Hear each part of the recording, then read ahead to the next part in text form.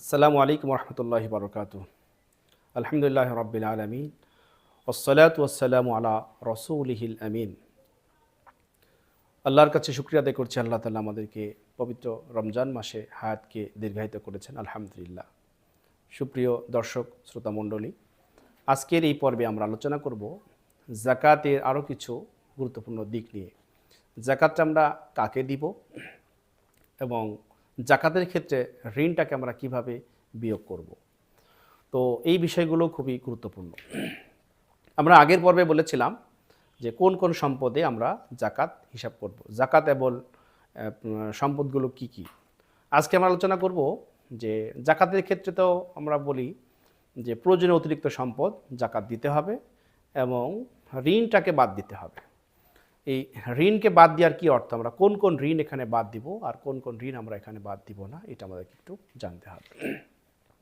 ঋণের তো অনেকগুলো স্তর আছে, দিক আছে।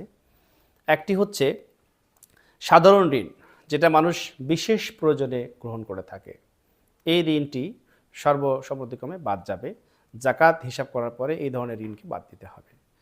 আরেকটি হচ্ছে যে সাধারণ ঋণ না, এটাকে আমরা বিভিন্ন প্রয়োজনে নিয়েছি, হয়তো আমাদের ব্যবসাকে ডেভেলপ করার জন্য বা আরও উন্নতি করার জন্য বিভিন্নভাবে আমরা লোনটা নিয়ে থাকি, যেটাকে ডেভেলপ লোনও বলা যায়। তো যদি কোনো ব্যক্তি এই জাতীয় ঋণ নিয়ে থাকে তাহলে সেটা যাকাত থেকে বাদ যাবে কি না আমরা একটু আলোচনা করব। এখানে দুটো বিষয় আমরা একটু আলোচনা করি। উদাহরণস্বরূপ বলি, একজন ব্যক্তি ব্যাংক থেকে হোক, কোনো ব্যক্তি থেকে হোক, সে 6 লক্ষ টাকা লোন নিয়েছে। এই 6 লক্ষ টাকা লোন সে তার ব্যবসা পারপাসে ইনভেস্ট করবে। তাহলে যাকাতের ক্ষেত্রে এই 6 লক্ষ টাকা বাদ দিবে নাকি দিবে না, এটা হচ্ছে আমাদের আলোচ্য বিষয়। তো একটা হচ্ছে যে এই যেই টাকাটা সে নিয়েছে, এই টাকা দিয়ে সে কী কিনবে। দুই ধরনের এখানে ব্যবসায়ী পণ্য হতে পারে। একটি হচ্ছে এই 6 লক্ষ টাকা দিয়ে এমন পণ্য কিনেছে যেই পণ্যটা যাকাতযোগ্য, যার যাকাত দিতে হয়। তাহলে সেই ক্ষেত্রে এই 6 লক্ষ টাকার যাকাত তাকে দিতে হবে না। উদাহরণস্বরূপ, কোনো ব্যক্তি 6 লক্ষ টাকা দিয়ে লোন নিয়ে সে গম কিনেছে, তাহলে এই গম তো ব্যবসায়ী পণ্য, তাকে যাকাত দিতে হবে।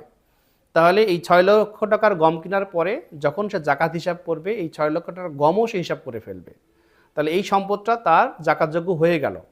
আর যেহেতু সে 6 লক্ষ টাকা লোন নিয়েছিল, এই 6 লক্ষ টাকা সে বাদ দিয়ে দিবে। তা না হলে যদি এটাকে যদি বাদ না দেয়, তাহলে একই সম্পদে দুইবার যাকাত দেওয়া হচ্ছে। একদিকে সে 6 লক্ষ টাকার গম যে পুঁজি সেটাও যোগ করলো, আবার এটাকেও সে বাদ দিচ্ছে না।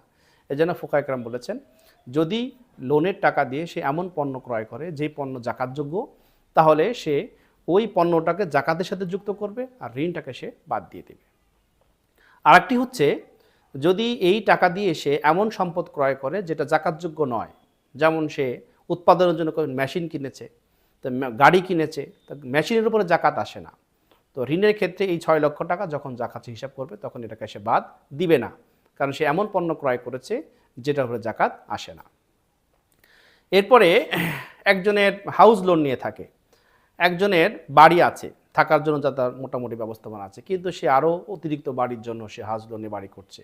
এই ক্ষেত্রেও এই সমস্ত ঋণটাকে বাদ দেওয়া যাবে না, তাকে যাকাত দিতে হবে। এবং ঋণের ক্ষেত্রে যেটা ফুকায়ে কেরাম বলছেন যে কোনটা সে বাদ যাবে, একটি হচ্ছে দীর্ঘমেয়াদী থাকে, স্বল্পমেয়াদী থাকে। যেমন কেউ বাৎসরিক হিসাবে তাকে পে করতে হয়, তাহলে বড় লোন যেগুলো থাকে সেক্ষেত্রে পুরোটা বাদ যাবে না, বরঞ্চ সে যেই কিস্তি দিবে সেটা ইয়ারলি হতে পারে অথবা মান্থলি হতে পারে।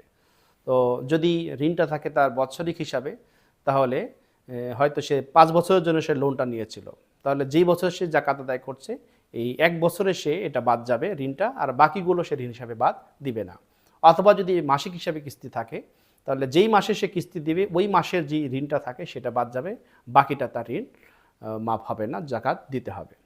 তো আরও সহজ যদি আমরা বলি, সেটা হচ্ছে সব ধরনের ঋণ এটা বিয়োগযোগ্য নয়, বরঞ্চ বিশেষ প্রয়োজনে মানুষ যে লোনটা গ্রহণ করে বাঁচার তাগিদে সেটা বাদ যাবে। এটা ছাড়া ব্যবসায়ীকে উন্নতি করার জন্য যত ধরনের লোন আমরা নিয়ে থাকি, এই লোনগুলোকে আমরা এইভাবে হিসাব করে আমরা যুক্ত করব অথবা বাদ দিব। আল্লাহ তাআলা আমাদের সকলকে এই মাসালাগুলি জেনে বোঝার, আমল করার তৌফিক দান করুন। এবং এই বিষয়গুলো যদি একটু ক্রিটিক্যাল, এই জন্য আপনারা নির্ভরযোগ্য কোনো মুফতিদের কাছ থেকে প্রয়োজনে বিশদভাবে আলোচনা শুনবেন, জানবেন। আল্লাহ সকলকে জাকাতের মাসালাগুলো জেনে আমল করা তৌফিক দান করুন। আসসালামু আলাইকুম ওয়া রাহমাতুল্লাহি ওয়া বারাকাতুহু।